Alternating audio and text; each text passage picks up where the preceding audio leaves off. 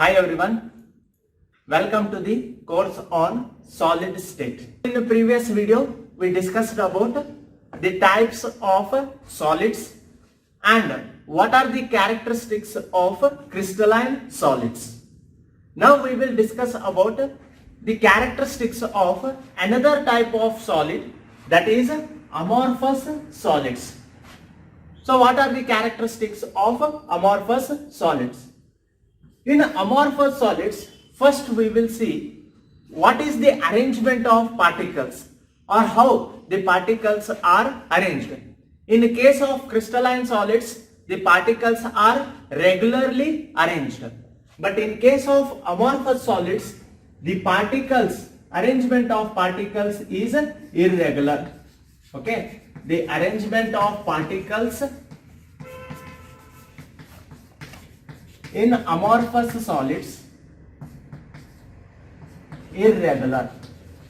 Okay, so the particles, they are arranged in random manner. Okay, there is no regular arrangement of particles will be observed in the case of amorphous solids. So somewhat the arrangement of particles is irregular in case of amorphous solids. The next property or characteristic of amorphous solids is they have irregular shape. Okay, since the particles are arranged in irregular manner, they even don't have the regular shape. Means they have irregular shape or they don't have definite geometry. Okay, it is because due to the irregular arrangement of particles. Then the next characteristic is they are considered as pseudo solids. So what does this pseudo solids means? Pseudo means false.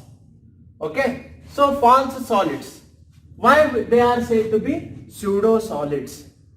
Here these amorphous solids, these have one property, that is their particles are ability to flow in that solid. Means if we observe the glass panes, old buildings or windows, there the glass panes are fixed, and when we observe those glass panes, above the glass pane or at the top of the glass pane, it is thin, and when we consider the bottom of the glass pane, it is thick. It is because the particles which are present on the top of the glass pane, they will move to the bottom of the glass pane, and hence the particles density will increases at the bottom portion of the glass pane, and hence it becomes thick at the bottom. This shows the particles in the amorphous solids have ability to flow. The ability to flow, that is usually shown by, this property is shown by the liquids and gases. Hence they are said to be fluids. Fluids means these substances which have ability to flow, and that ability to flow property will be exhibited only by liquids and gases. But in case of amorphous solids also, the particles have ability to flow like liquids or gas, and hence these are considered as pseudo solids, or also this can be called as supercooled liquids. Okay, supercooled liquids, these amorphous solids. Glass is an example of supercooled liquid, or you can also say it as pseudo solid because it has ability to flow.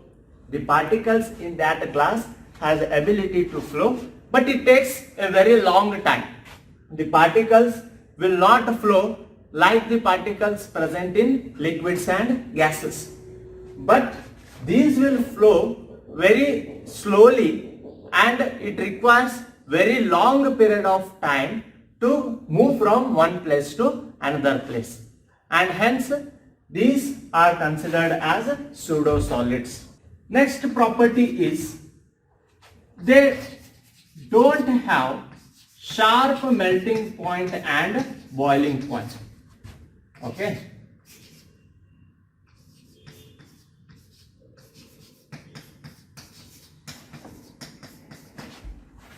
What does it mean? When we say the melting point of ice, then it is 0 degree Celsius. That I already told in previous video. And if I consider the melting point of iron, it is 1373 Kelvin. Means when it reaches this temperature, it will start to melt. But when we consider the glass, okay, what is the melting point of glass? Then we cannot able to say the exact melting point of the glass. We can say the melting point of glass is around about 450 degrees Celsius to 500 degrees Celsius. In this range, the glass will start to melt. Okay. And if we consider the rubber, what is the melting point of rubber? Then also we can say it lies from 150 degrees Celsius to 200 degrees Celsius. So we cannot exactly mention the melting point or boiling point of the amorphous solids. Such type of solids, they melt over a range of temperature, but not at an exact temperature, like crystalline solids. So since they don't have sharp melting point and boiling point, they melts or boils over a range of temperature.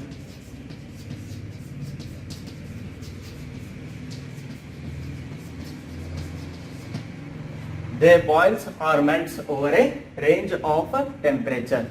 Okay, because they don't have the exact melting point and boiling point. Okay, this is the another characteristic of amorphous solids. The next one is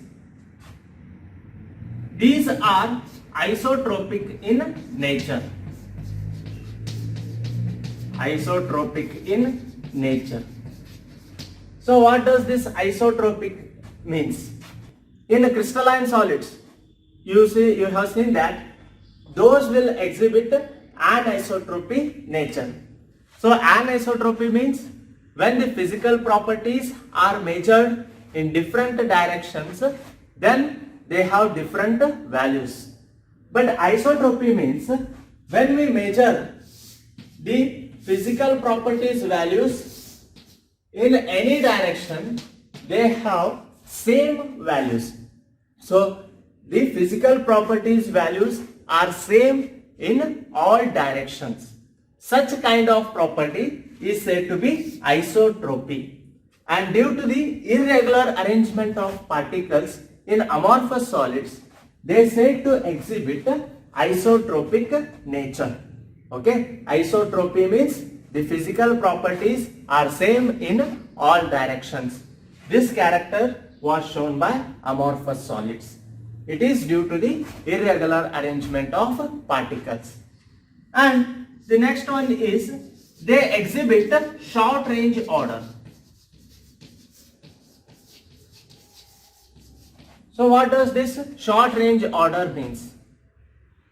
In case of amorphous solids, if I consider the arrangement of particles, it is irregular. That means initially one or two particles, okay, the pattern will be repeated regularly for first or second arrangement, okay, or first or second row or column. After that, the arrangement of particles becomes irregular. Due to that irregular arrangement of particles, the regular arrangement of particles periodically does not repeat. And if it repeats, then it repeats only for short distances only, one or two rows or one or two columns. And hence, This is said to exhibit short range order.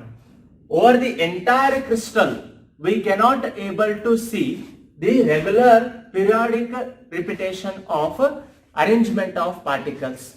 Okay, hence these are said to be exhibit short range order. So these are certain characteristics of amorphous solids. Let's see the difference between crystalline solids and amorphous solids. Here I have summarized the differences between these two types of solids.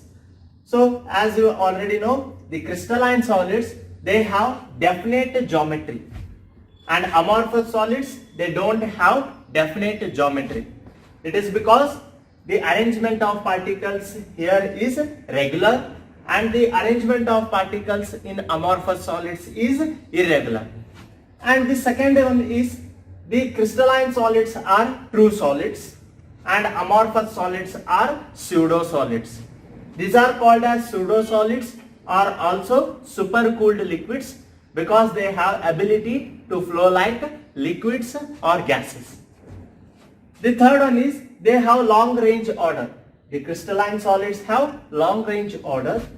Amorphous solids have short range order.